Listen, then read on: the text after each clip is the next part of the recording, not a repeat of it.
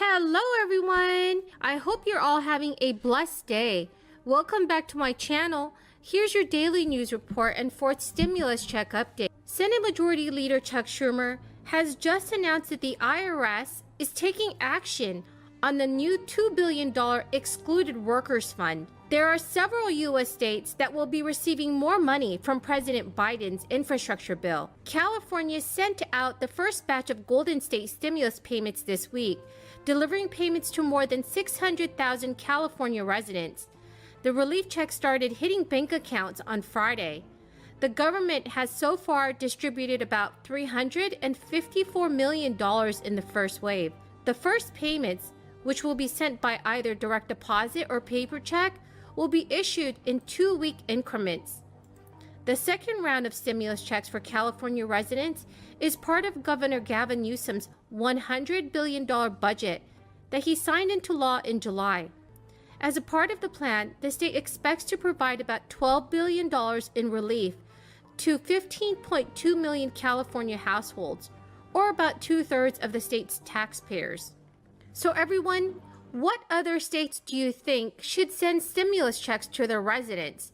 Please leave your thoughts in the comment section below. The states of California, Texas, and New York will likely cash in big on the $1 trillion infrastructure package if the bill makes its way to President Biden's desk. But far less populous states such as Montana and Alaska will get the most money per capita. The administration said Californians should plan for at least $44.56 billion in infrastructure funds, the biggest sum for any state, with highways and public transit alone comprising about nearly $35 billion of that total. Texas came in at number 2 with an estimated allocation of $35.44 billion, between $26.9 billion in estimated highway funds and another $3.3 billion in estimated public transit funds. New York, which is in third, is projected to receive nearly $27 billion. CNBC's analysis shows that the states of Vermont, Montana, Alaska, and Wyoming lead when it comes to estimated per capita infrastructure spending, with at least $3,500 per resident. California's estimated per capita allocation is less than $1,250 per resident. The White House, hoping to make good on Biden's campaign promises ahead of the 2022 midterm elections, has billed the plan as generational investment. The Senate overwhelmingly approved the $1 trillion infrastructure bill earlier this month in an effort to rebuild the nation's crumbling roads and bridges, and also fund new climate resilience and broadband initiatives. The House aims to pass the bill by sometime in October. Thousands of New Yorkers who previously could not access the roughly $2 billion in New York State Excluded Workers Fund without an individual taxpayer identification number because of the IRS backlog will now have their chance to do so.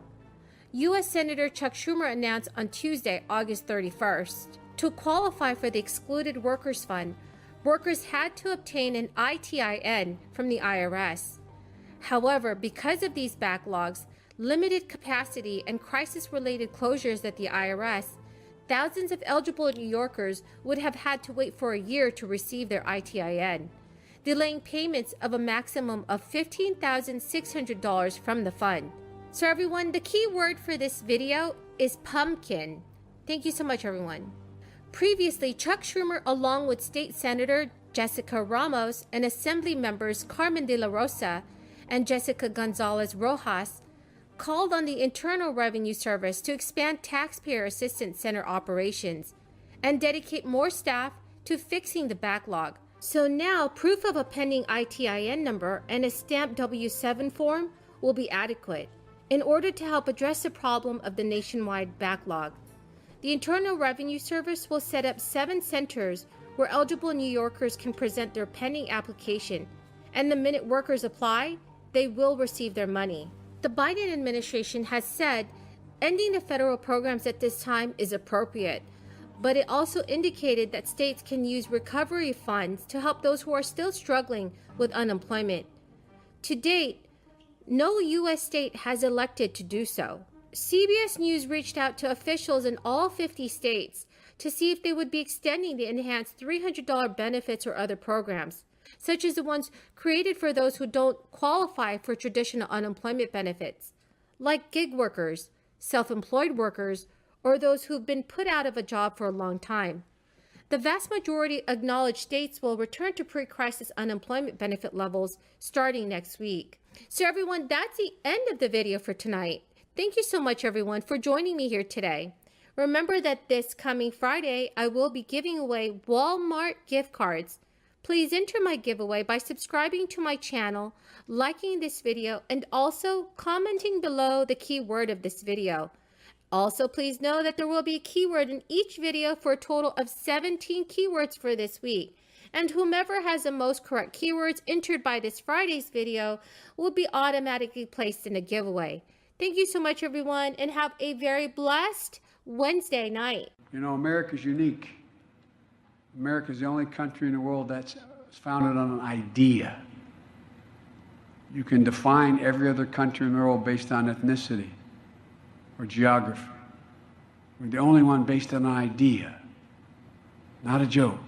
The idea was, we hold these truths to be self-evident, that all men and women are created equal, endowed by their Creator with certain inalienable rights, life, liberty, the pursuit of happiness. We hear it all the time, but it's who we are. We can't be different than attempting to continue to have that arc move toward justice. For this generation of graduates, of new ensigns in the United States Coast Guard, who have volunteered to serve our country, I've never been more optimistic about our future. You understand in your bones that our diversity is one of the enduring advantages and inherent strengths to America. In your careers, you're going to face challenges you can't predict. You'll be asked to lead in ways and navigate new paths.